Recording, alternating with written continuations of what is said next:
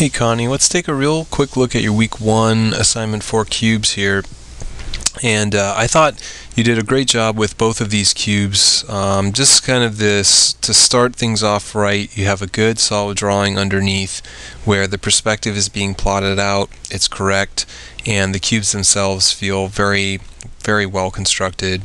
The marker technique also looks great. It's crisp, it's clean, your edges are nice and sharp, your corners are nice and sharp, and even in the situations where you have, one value that's kind of abutting another value, or one side of the cube moving to the other side of the cube, things remain very clean and very easy to read.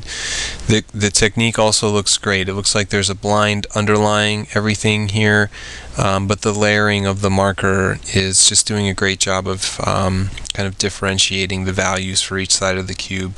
And this is, I think, where you're most successful, is that you have a very distinct light, medium, and dark, and it's just so easy to see the lighting situation when you have good contrast between your values.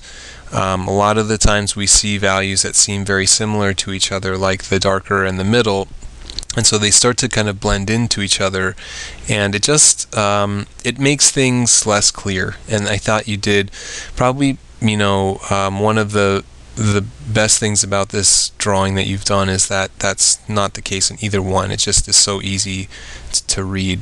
The colored pencil ones, just pretty much the same thing. Great contrast, very easy to read, light, middle, and dark tone. The colored pencil, I think, is integrating well with the marker so that you don't notice it too much, although it feels maybe a little heavy duty on the dark side. That could be the scanner that you're using, which tends to kind of overexpose on the lighter values, and then it feels like it super underexposes on the darker values. So maybe this isn't exactly what you see in front of you, but it feels a little kind of oversaturated.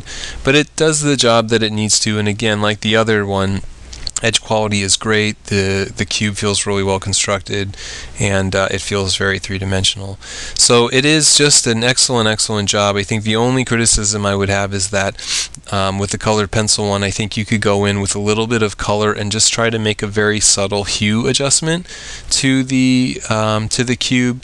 Add a little bit of red, add a little bit of blue, maybe just to get it to go from a gray to a slightly more colored cube, which the guidelines kind of ask for. But otherwise, I think it looks terrific, and I think is showing some huge kind of progress as you work with the markers more and just kind of figure out how they kind of work with you.